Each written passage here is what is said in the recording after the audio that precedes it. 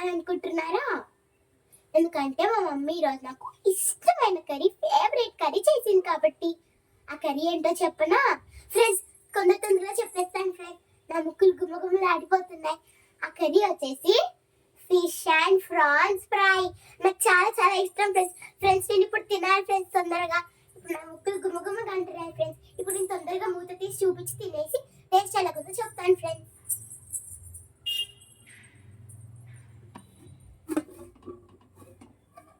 Favourite fish curry చాలా బాగుంది friends. And favourite prawns fry